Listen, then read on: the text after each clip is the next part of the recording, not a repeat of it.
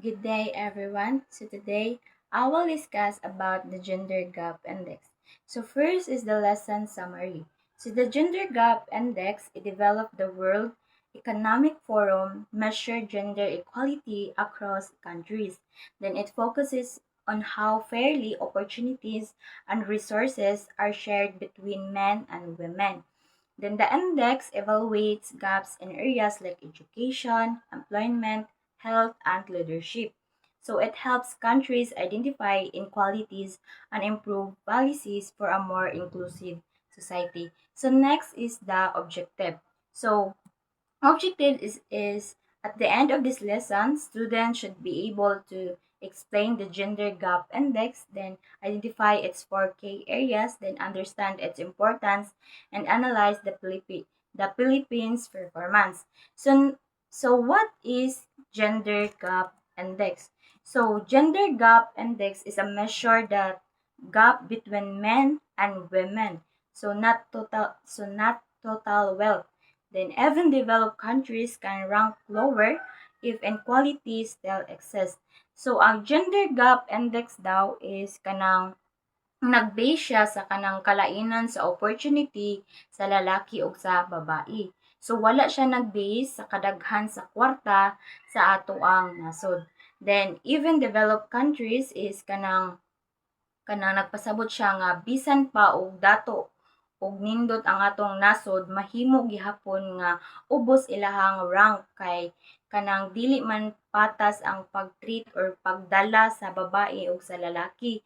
Like for example kanang kuan kanang mao to bisan pag kanang daghan ang kwarta nga atong nasod kung mas daghang opportunity ang lalaki kaysa sa babae nagihapoy gender gap. So next is the 4K areas. So sa gender gap index is natay 4K areas. No, first is the economic participation. So sa economic participation is natay jobs, income, and opportunities. So ang pasabot ani is kung same ba ang lalaki o babae sa jobs o sa kanang sa income. So like for example, sa ako ang parents. So ang ako ang papa o ang ako ang mama. So ang akong mama is giingnan siya sa ako ang papa nga dili na lang siya manarbaho kay ang akong papa na lang ang manarbaho kay si akong mama is sa balay na lang daw kuno hikay, tig, atiman, ing nana. So, sa kana palang daan is dili na jud sila same kay kanang ang ako ramang papa ang nanarbaho niya, ako ang mama is nara sa balay. So, dili na sila same og kanang trabaho niya, dili na pud sila same og kanang income kay si papa ra man ang narbaho niya, kung mama kay nara siya sa kanang balay. And then, next is the educational attainment. So, ang educational attainment is access to education at all levels. So, pasawat ani is kung same ba sila og access sa pag-eskwela. No, so like for example, kanang moingon, kanang naay sa kapamilya nga na sila anak lalaki o babae. Unya, ang lalaki is giingnan siya sa iyang parents nga siya ang mo eskwela hangtod sa college. Pero ang iyang igsuon nga babae is dili na lang kuno need nga mo eskwela hangtod sa college kay manarbaho na lang. So dira palang gali daan is dili na jud sila same og access sa education, no? Kay ang lalaki man ang kanang mo eskwela pa hangtod sa college niya, ang babae is kanang mo trabaho na lang daw kuno. So next is the health and survival. So health and survival is life expectancy and healthcare access. So kana siya is kanang kanang nagkuan na siya, nagpasabot na siya og same ba sila og kanang siya na pag-atiman sa ilahang lawas. No, like for example, maingon ta nga kanang kanang naay isa ka lalaki ug naay isa ka babae. Nya ang babae kanang pirmi siya madala sa ospital, nga ang lalaki is dili kay ang condition sa lalaki which is madala-dala ra, nga ang babae is kanang dili madala yung iyahang kondisyon maong as pirmi siya nga madala sa ospital. So kana pa lang is dili na sila same og kanang pag-atiman sa ilahang kanang ilahang lawas. So dili sila same og health health access no, kay kanang kuan man kanang lahi-lahi sila ba, lahi-lahi sila kondisyon sa ilahang lawas. So next is the political empowerment. So political empowerment is kanang representation and leadership and government. So pasabot ani is kanang kuan kanang same ba og chance mahimo nga leader or makaposisyon no para sa kanang ilang community or sa atuang nasod. Like for example kanang ang konsihal ni ba sa ang sa konsihal is kasagaran nato makita is kanang which is mga lalaki no, then naagoy babae but kanang minus ra siya gamay ra no, makaingon ta nga kanang gamay ra ang leadership position. So next is the global situation. So global situation is no country has achieved full gender equality, and about 2/3 of the global gender gap has been closed. Then full equality may still take many years.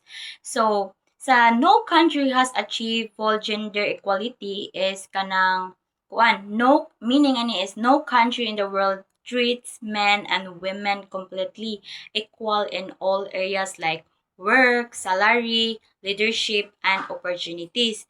So pasabot is kanang sa wala pa jud sa atuang nasod karon nga kanang totally nga patas jud ang pagtrato sa kanang lalaki o sa babae sa tanang butang no, like kanang sama sa kanang trabaho, sa sweldo o sa kanang mga sa kanang opportunity no, like for example mingon ta in some countries women still kanang receive lower kanang salaries than men kay even if they do the same job. So mo na siya. So next is kanang kuan about 2/3 of the global gender gap has been closed.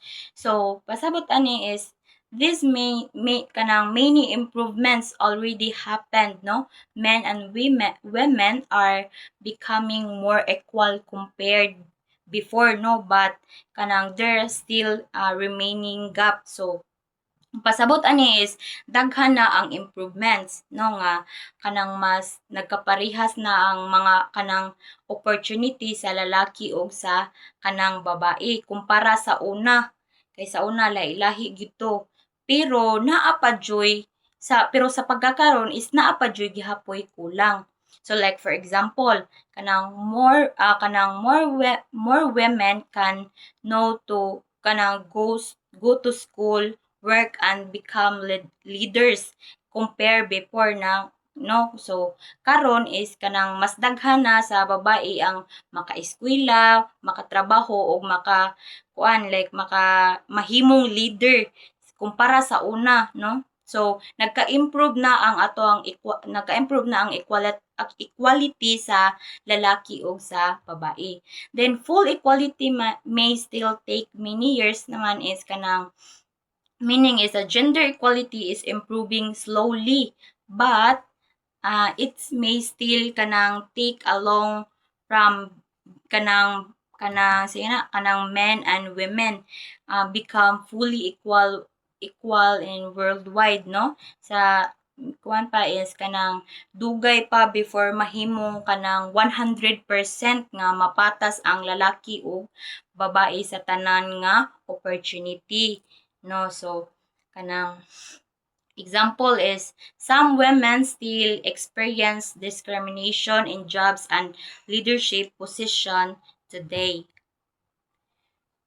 So next is the Philippines performance and challenges. So Philippines performance and challenges is that Philippines rank high in Asia, especially in education and health. Then however, challenges remain like wages gaps, limited opportunity, and gender stereotype. So Philippines daw is the one of the countries in Asia that performs well in education and healthcare. So many Filipinos are able to study in school and receive a medical assistance from the hospital and doctors. So like for example, kanang many students are able to kanang finish their studies and many people can get treatment and kanang hospital when they are sick. So, however, even if the Philippines is improving, there are still challenges gihapon, no, related to the gender equality. So this includes the wages gap and limited opportunities and also the gender stereotype. So bisan pa daw og kanang nagkaayo or nindot ang ato ang nasod is kanang naa gihapoy mga kanang problem, no, about sa kanang pantay nga kanang sa dili pantay nga kanang pag-treat bitaw or pagtrato sa kanang lalaki o sa babae. So the conclusion is gender equality is still a global issue. Then people should be judged by ability, not gender, no? Continuous efforts and awareness are needed to achieve a fair society. So ang gender equality daw is kanang problema paghihapon nato karon. Kay dapat ang tanan jud is patas ang pagtrato sa base sa kanang ilahadjong abilidad, no, dili lang kay kanang sa ilahang gender. So para mas mahimong patas ang society, so kinahanglan nga padayon ang awareness o paningkamot para sa equality. So, before I end my presentation, so let me read this question. If everyone deserves equal opportunity, why do gender inequality still exist today? So, inequality still exists today because not all people think and act equally, even if laws say everyone should be treated the same. So, thank you.